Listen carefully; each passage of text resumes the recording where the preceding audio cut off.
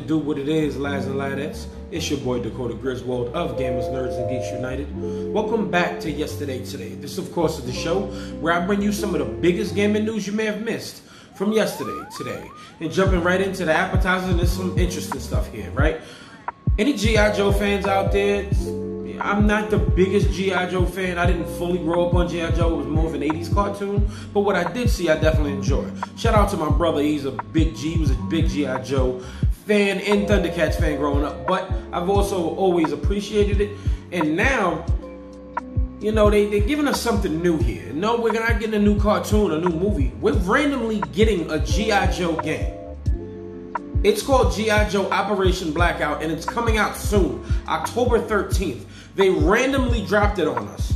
It's gonna have an 18 mission campaign with the story, original as well, with the story on both sides, kind of like the Last of Us treatment. And I'm actually interested. It's a third-person action game, but it seems like it's kind of like a hero shooter, where basically, depending on who you use, you definitely can get different effects and stuff like that. There's also a PvP multiplayer mode with stuff like capture the flag and everything like that, and all the other main things of multiplayer. But get this, there is split screen co-op. I want this game. It's pretty.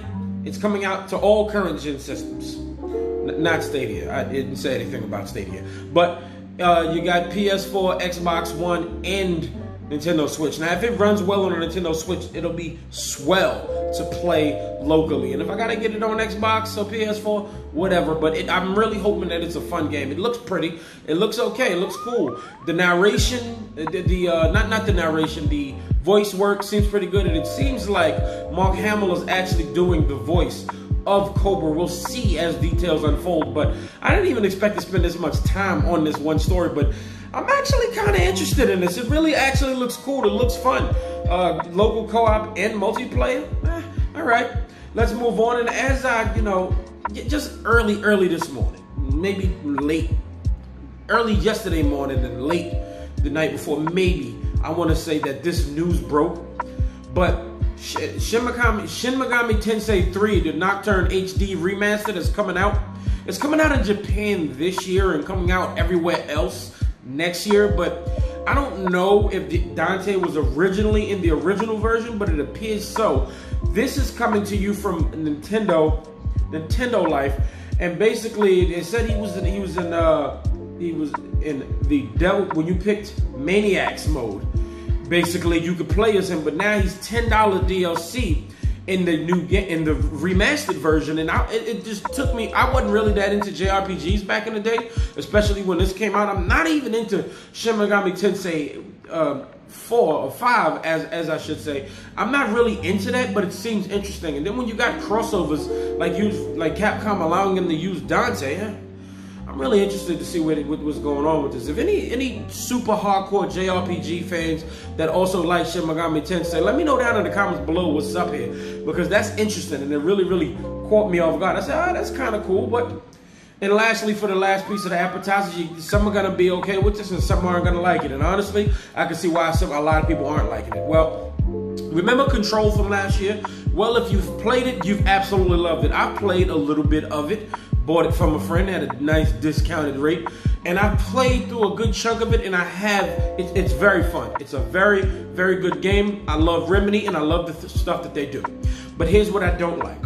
I don't like when, basically we should be used to this. A lot of people aren't gonna like this, but they said the version that you bought this gen, it's not going to be able to be available for smart delivery with the PS5 and Xbox Series X, respectively. You're gonna have to get this Ultimate Edition for $40, including all the DLC. Now, if you bought the base game for $60 and then you paid for all of the DLC, you're gonna amass about $85. So here you're saving about $35. $45. And it's just like, wow. So you mean I gotta buy this in order for it to be able to be available to upgrade on this, when you got EA and Bethesda letting you know, like, hey, look, not a worry, it's gonna carry over. EA. What is this here? Why would you do this? And if a lot of people are upset, I would understand why. Now, I didn't finish the game. I got it for $20. It's no biggie for me. I also didn't buy the DLC. But this is a game that I would absolutely love to jump into and go back and finish. So for $40, maybe even at a discounted rate, eventually I'll buy it on the PS5 or the Xbox Series X. But if fans really don't like this, fans that actually completed this game and actually gave you all their money for this game, yeah, I would understand why they're upset. That's just straight up being honest. All right, lads and ladettes, let's get into the meat and potatoes of the dish. I got a little bit of something that'll stick to your ribs and hold you down for the rest of the day. Now, it appears that Nintendo is messing with us again, right?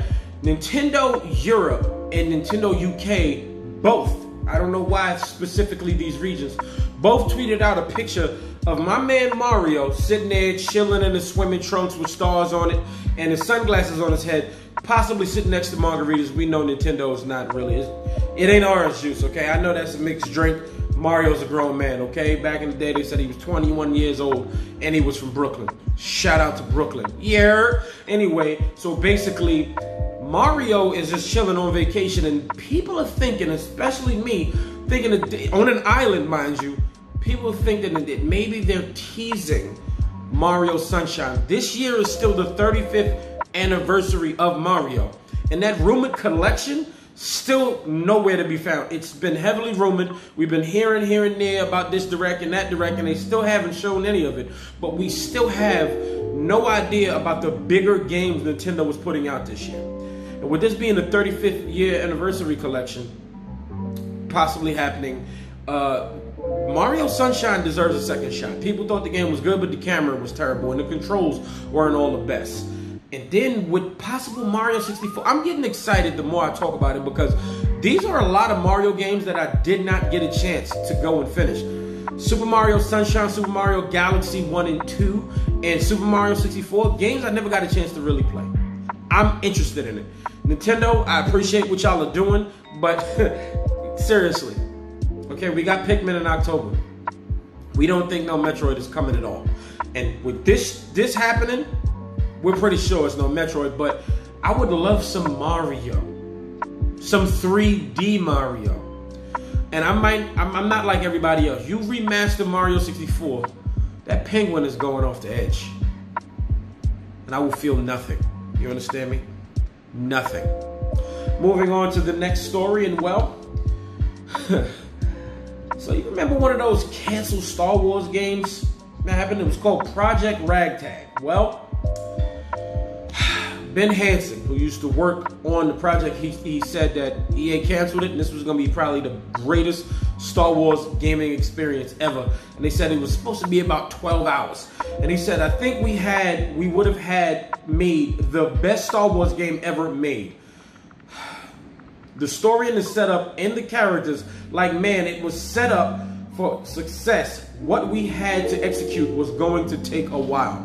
And I guess EA wasn't feeling it, and it would have been awesome. I don't like it when games that we've seen or even have heard of or even really get really good rumblings about get canceled.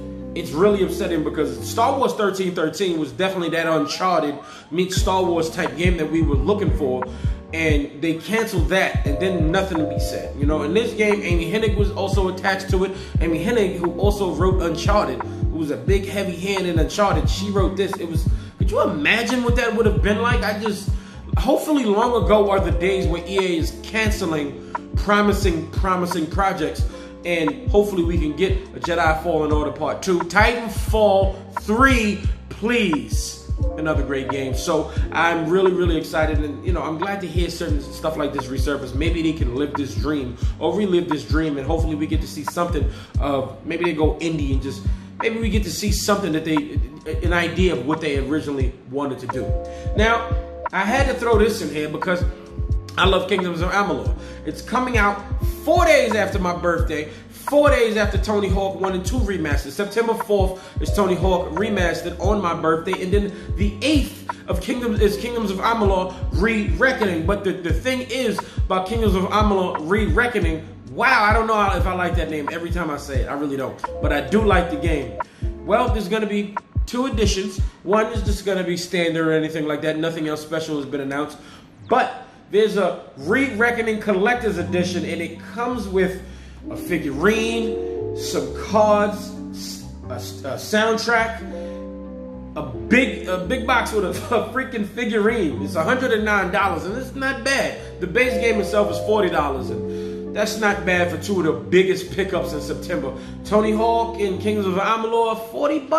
It's $80 for the whole month, as opposed to $120 if they were both $60. See how that all adds up. You know, I go with those odds because we need to be saving our money for these big next-gen launches. But this, okay.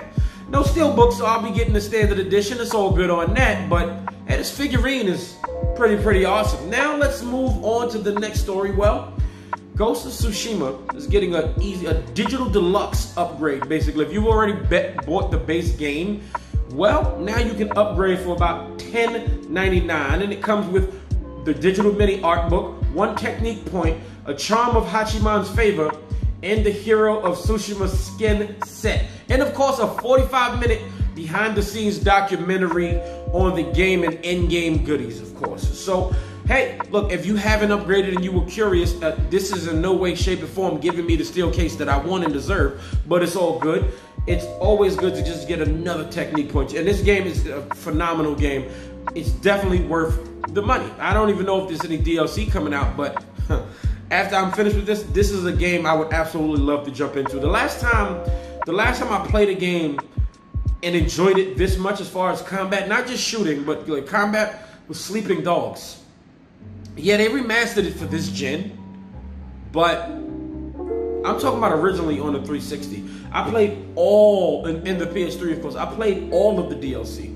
All of it. I don't do that. I don't even bother buying like season passes and stuff, and if I'm not even 100% sure. If I don't fall in love with the game, I'm not really gonna mess with it. In this game, if DLC comes out for it, I'm getting it. I'm still waiting on a steelbook, but hey, look, a technique point and a headband and some other stuff. Why not? Absolutely, $10.99. Now, and lastly, this is a bit of a juicy one, right? So Jim Ryan reactivated his Twitter a couple days ago, and he wanted to interact with fans because he's happy about how everybody feels about the PS5. And well, here's what he says, right? He says, if you buy Bugsnax or many of our cross-gen titles for PS4, it will also work for free on PS5. It's a delivery and a smart one. Now, they never said anything about smart delivery or what they would use. I guess they just called it backwards compatibility. So, Jim Ryan, you out here taking shots at Xbox? I like the competition, non-competition. Everybody congratulates everybody, but at the end of the day, y'all are still a competition, and nobody is messing with Sony when it comes to exclusives. Let's just be honest here. Well, a lot of people, he really addressed what a lot of people were also saying about the whole Spider-Man issue and he being exclusive to the PS4, PS5 version and Marvel Avengers. Well, here's what he had to say, and I don't know if you're gonna like it. As I have said many times, our first goal for the next generation is to provide agreements that will make our consumers feel special. Spider-Man was just the beginning. Stay tuned for more. I don't know if he paid attention. He tweeted this out just 3 days ago at this point. And I don't know if he paid attention to the backlash and everybody's not too happy about it, but they aren't. I'm getting each system regardless, but still, that's kind of wild because not everybody can get a PS5 and the Xbox. But if you want people to buy it, you got to pay for the exclusives. This isn't the first time stuff happened. Of course, this happened with Soul Calibur and other games, but we'll see, because maybe eventually we'll all get warmed up to it. Like how we feel about microtransactions. Remember how bad those were? And now we just out here buying cosmetics all willy-nilly. So maybe this might be a new trend of something that we might actually have to get used to.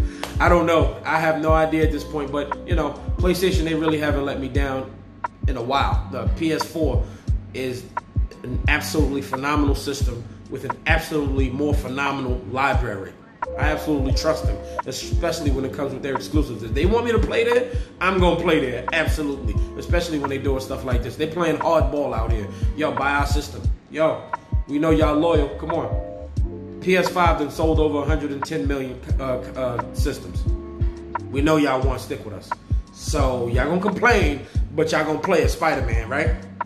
Alright, facts. Lads and lads, thank you so much for watching. Go ahead and hit the like button if you haven't already. And if not, hit the dislike. It's all good. Go ahead and subscribe and scroll up to all so you know when your boy is posted. Let me know down in the comments below what you think about Jim Ryan's tweets, even though he hasn't been on Twitter for a while, and Ghost of Tsushima with the Digital Deluxe Edition upgrade. And what about this G.I. Joe game that I'm clearly so excited about? Would you get online? Would you rather play with me? It'd be fun. Let me know down in the comments below, and go ahead and share this with your aunt, your cousin, your sister's cat, your mother's dog. It doesn't matter. Share where it is shareable for people that love games. I always said I was good at games, but I always said I loved games, but I never said I was good at them. Lads and ladders, this video is finished.